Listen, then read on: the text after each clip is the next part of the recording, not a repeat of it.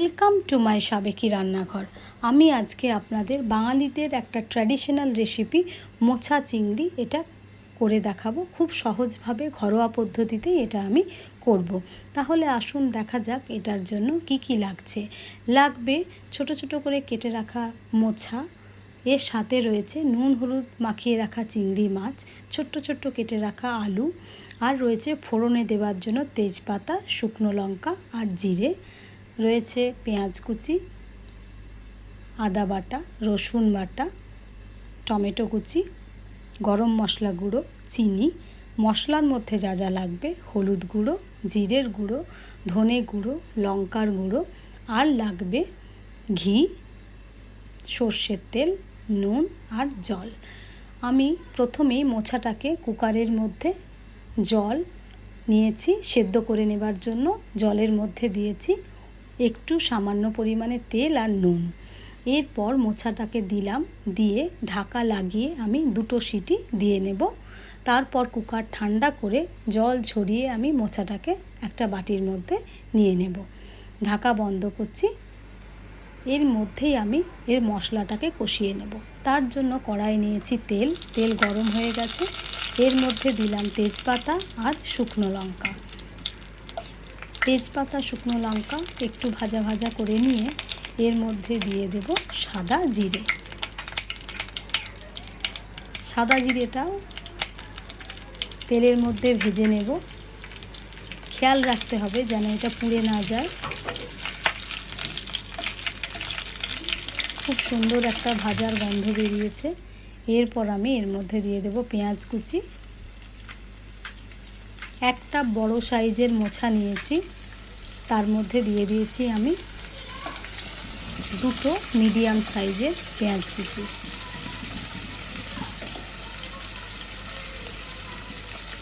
পেঁয়াজটা একটুখানি ভেজে নেব।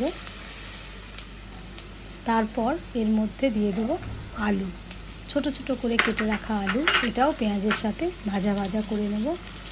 আপনারা চাইলে আলু আর চিংড়ি মাছ আগেও কিন্তু ভেজে তুলে রাখতে পারেন।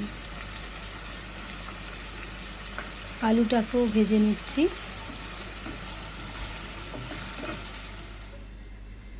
আলু আর পেঁয়াজ একটু ভাজা ভাজা হয়ে গেছে। এরপর দিলাম চিংড়ি মাছ। চিংড়ি মাছটাও ভেজে নেব। খুব বেশি চিংড়ি মাছ ভাজার দরকার নেই, তাহলে এটা শক্ত হয়ে যাবে।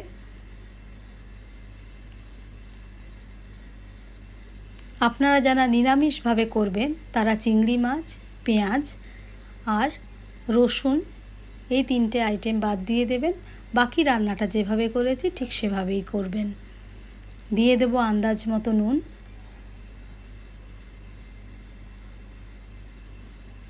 দিচ্ছি রসুন বাটা,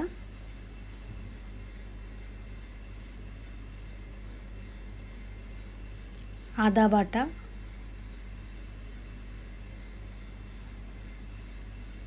ভালোভাবে মিশিয়ে নিয়ে এটাকেও একটু ভাজা ভাজা করে নিতে হবে যাতে এর কাঁচা গন্ধটা চলে যায়।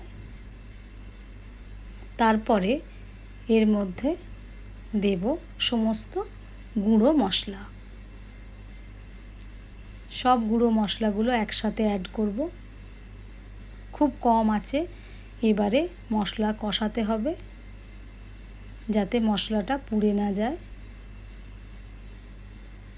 সমস্ত গুঁড়ো মশলা ভালোভাবে মিশিয়ে নিচ্ছি।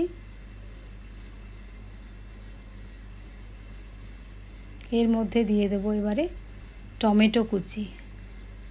টমেটোর থেকে যা জল বেরোবে তাতেই কিন্তু মশলা সুন্দরভাবে কষানো হয়ে যাবে। আমি এক্ষেত্রে কিন্তু কোনো জল দিলাম না, চাপা দিচ্ছি মশলাটা কষানো হওয়া অবধি।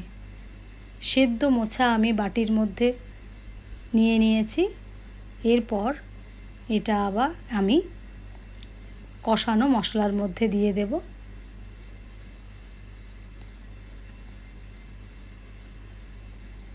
মোছার সাথে এবারে সমস্ত মশলাকে ভালোভাবে কষিয়ে নেব। মোছা তো আমার সেদ্ধ আছেই, আর মশলাও ভালোভাবে কিন্তু কষানো হয়ে গেছে।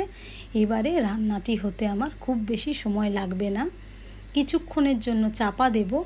যাতে মোচার সাথে মশলা ভালোভাবে মিশে যায়।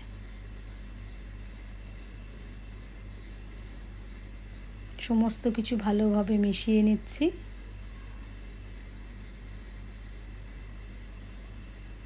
এবারে আমি আবার একবার ঢাকা দেব। কিছুক্ষণ পর ঢাকা খুলে এর মধ্যে দিয়ে দেব চিনি। চিনিটাও ভালো করে মিশিয়ে নিচ্ছি। আপনারা যদি মিষ্টি বেশি পছন্দ করেন চিনির পরিমাণটা বাড়িয়ে নেবেন। দিলাম 2টো কাঁচা লঙ্কা। এক্ষেত্রে আপনারা এটা চিড়েও কিন্তু দিতে পারেন। রান্না কিন্তু আমার মোটামুটি হয়েই এসেছে।